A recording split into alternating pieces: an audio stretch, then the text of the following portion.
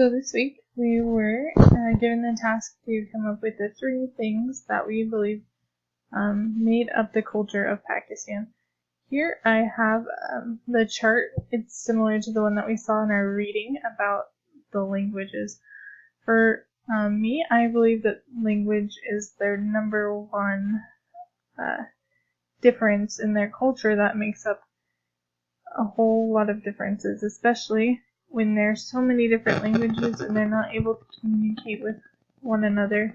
I really liked in the reading where we read about how if you just traveled from one small place, such as Columbus, Ohio, down to Orlando, it would be a huge difference and you would barely be able to understand half the time what was going on around you.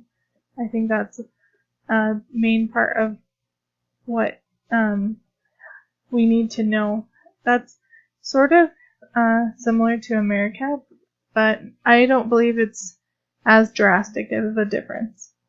We do have immigrants that have come to our country that may not have learned English yet, but I believe that we don't have that large of a population that speaks only certain languages.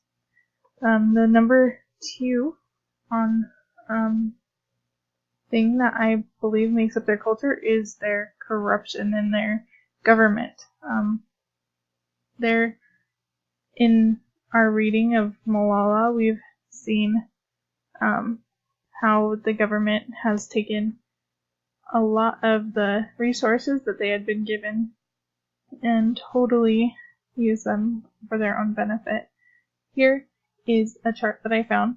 And it's interesting that their corruption has gone down. I'm sure that has been especially since the attacks of 9/11 and all of the war that had gone over there has gone down, that they have a little bit less corruption in their country, which is good because then the people are able to have a better life and better chance of having that representation that they need. I believe here in America we do have some corruption in the government, especially now. We see a lot of that in the news, and it does affect us. But once again, I don't believe it's as drastic as it is there in Pakistan. The last one I thought was a part of the culture is their traditions.